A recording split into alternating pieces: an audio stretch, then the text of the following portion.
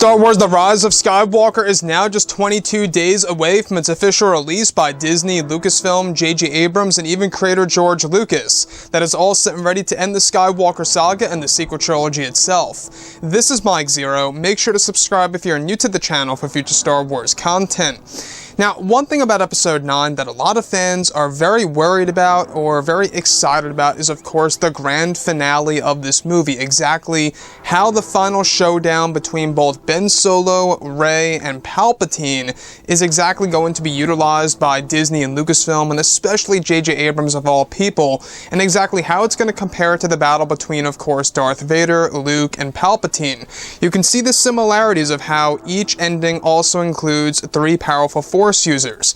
I think that's the very, big parallel by J.J. Abrams. Now, when we look at Episode 9, there is a lot at stake here on, depending, of course, how Lucasfilm is going to handle everything, and how that's going to lead to how it's all going to resonate with fans around the world.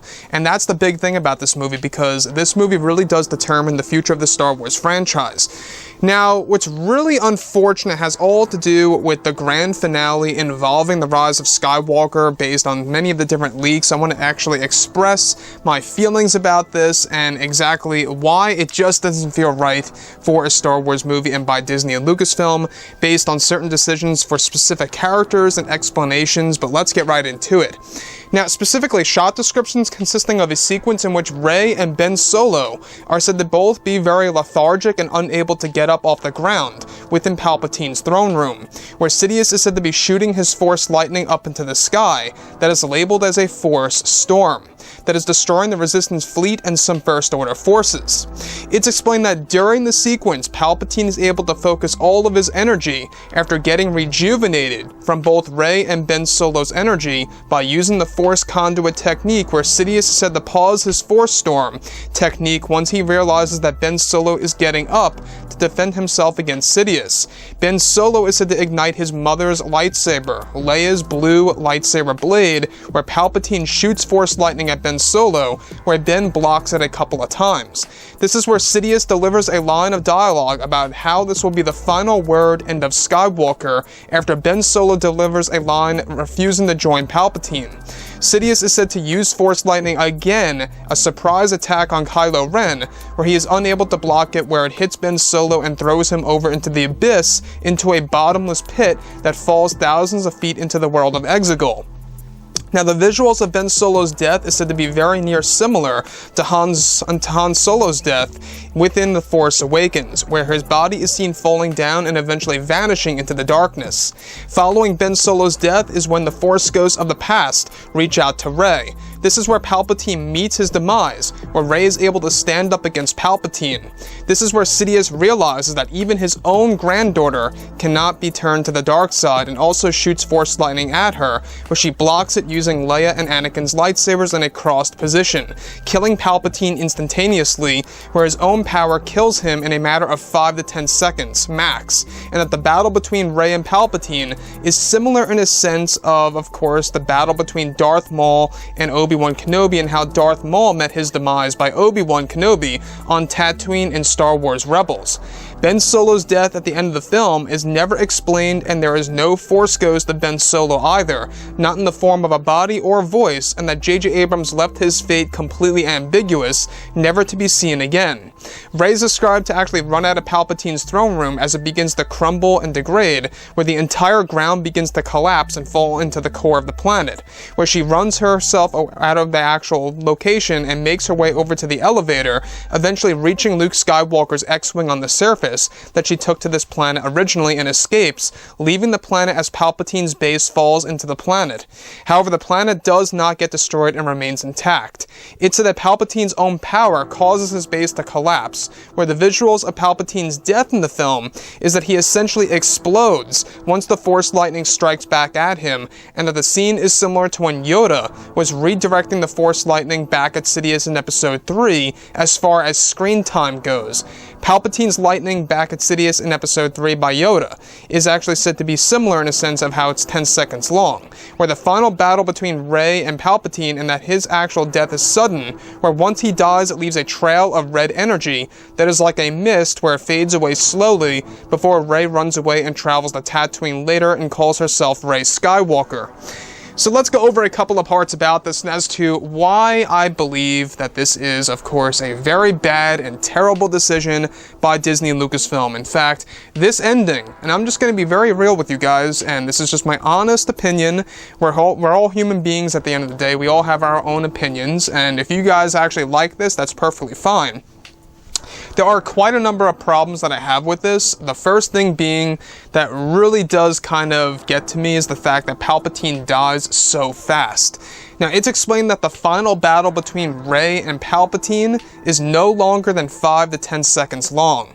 So imagine that. You know how you have the whole entire setup between Palpatine, Ben, and Rey, dueling Palpatine and his Force Lightning technique. You have the moment in which the Force ghosts of the past help out Rey, and then immediately she is able to kill Palpatine within 5 to 10 seconds maximum, and that's the fight. So that's the final battle between Rey and Palpatine, is that she essentially redirects his Force Lightning at him, he explodes into nothing, leaving a trail of red mist or red dark side energy behind, as it eventually fades slowly into thin air. And that's Palpatine's death. So, the problem that I have with this is that you would think that Palpatine would know that there's even a remote possibility that Rey would be able to redirect the lightning back at him. You know, I think that when we look at Palpatine, a man who has faced Yoda, a man who has faced even Darth Vader in the comics, a man who has faced Luke Skywalker, and also a man of, you know, using these expert manipulation techniques, would even remotely believe that there's a possibility that Rey would be able to do something like that. It just doesn't match up to me, and it just seems like that it's poor writing by J.J. Abrams. But that's just my opinion. You know, that's my opinion at the end of the day. Palpatine's death could have been done, I think, in a more clever way by actually having both Rey and Kylo Ren combining their forces together to take on Palpatine. To me, I think that would have been more believable than just one Force user redirecting the lightning back at him. Now, the actual death of Palpatine is said to be somewhat relatable to how Darth Maul dies in Star Wars Rebels as far as how fast it happens. The build up to it, a lot of fans got excited, and the death of Darth Maul was rather quick. That's exactly how Palpatine will be treated in The Rise of Skywalker. My other problem, Ben Solo's death. The whole never to be seen again is actually going to be a thing at the very end of Episode 9. So essentially, Kylo Ren's battle against Sidious is also very short and brief, where he blocks the lightning, you know, by Palpatine using his mother's lightsaber, blocks it for some seconds, you know, and you know, there's moments in which, you know, they stop, they pause, you know, they go back at it again, they pause again, and then Kylo Ren delivers lines of dialogue that actually suggests that he refuses to join Palpatine, where Palpatine now decides to have revenge on the Skywalkers by killing Ben Solo, stating that this will be the final word, end of Skywalker, shoots the Force lightning at him, literally throwing him backward, just like what happened with Snoke, shooting the lightning at Kylo, how it throws him backward, except this is actually said to be done on a much larger scale, where he's thrown way back across Palpatine's throne room, into the abyss, into the deep chasm that falls thousands upon thousands of feet into the very core of the world of Exegol.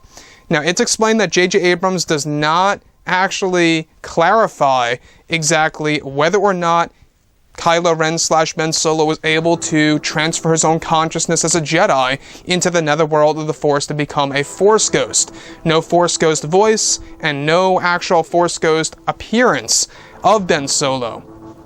That to me is an epic mistake. I mean, it's a big mistake. I mean, if you look at what was done with Darth Vader and how he became Anakin Skywalker again at the very end of Return of the Jedi and became Anakin once more and had the chance to become a Force Ghost, why couldn't Ben Solo, right? Ben Solo, at the end of the day, I mean, he trained under Luke Skywalker, of all people, who knew about Force ghosts. You would think that Luke would actually tell him about this idea and even maybe warn him, that there is the ability to transfer one's consciousness that Qui-Gon Jinn discovered by the Journal of the Wills, or just by the Wills.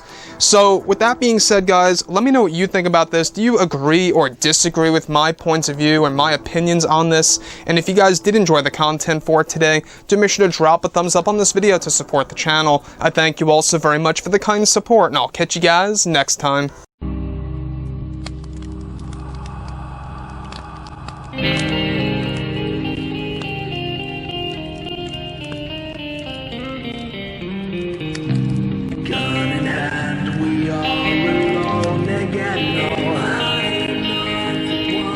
From night to moon, we hear them moans again.